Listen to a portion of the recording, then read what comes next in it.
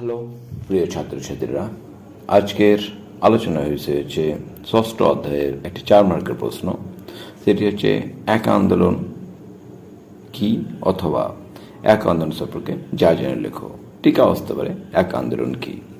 আবার এই প্রশ্নটা সম্পর্কে এইভাবে অনেক ভেবে 2 মার্কের প্রশ্ন আসতে পারে কি এক আন্দোলনের কারণ, এক আন্দোলনের দাবি, কে কে নেতৃত্বে ছিল প্রভৃতি। তো শুরু করা যাক।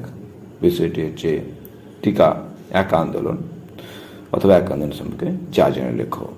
উত্তর: 1921 থেকে 22 খ্রিস্টাব্দে উত্তরপ্রদেশের কংগ্রেস ও খিলাফত নেতাদের উদ্যোগে এবং মাদারি পাসের নেতৃত্বে হরদই, সীতাপুর, বারাজ প্রভৃতি জেলায় যে কৃষক আন্দোলন শুরু হয় তা একা বা একতা আন্দোলন নামে পরিচিত।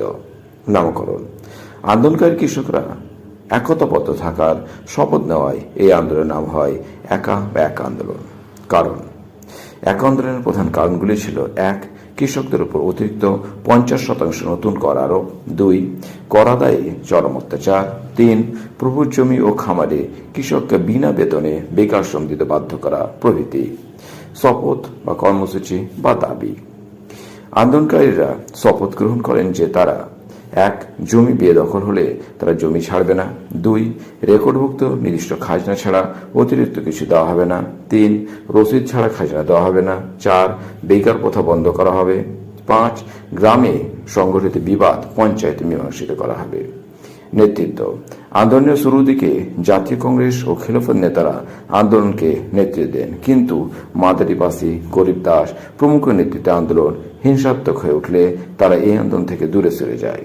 আন্দোলন দমন: এক আন্দোলনের নেতৃত্ব থেকে কংগ্রেস ও জাতীয় নেতৃবৃন্দ সরে গেলে আন্দোলন কিছুটা দুর্বল হয়ে পড়ে। এর উপর তীব্র সরকারি দমননীতির ফলে 1922 খ্রিস্টাব্দে মার্চ মাস নাগাদ এই আন্দোলন থেমে যায়। উপসংহার: সুতরাং পরিশেষে বলা যায় যে এক আন্দোলন যদিও ব্যর্থ হয়, তবু এই আন্দোলন কিভাবে ঐক্যবদ্ধভাবে আন্দোলন করতে হয় তা বুঝিয়ে দিয়েছিল, যার প্রভাব পরবর্তী সময়ে ঘটে যাওয়া বিভিন্ন বিদ্রোহে দেখা যায়। তো এই ছিল এক আন্দোলন সম্পর্কে একটি ছোট্ট টিকা। যারা যারা মাধ্যমিক পরীক্ষা দিবা তারা অবশ্যই নোটটি খাতায় লিখে প্র্যাকটিস করতে পারো।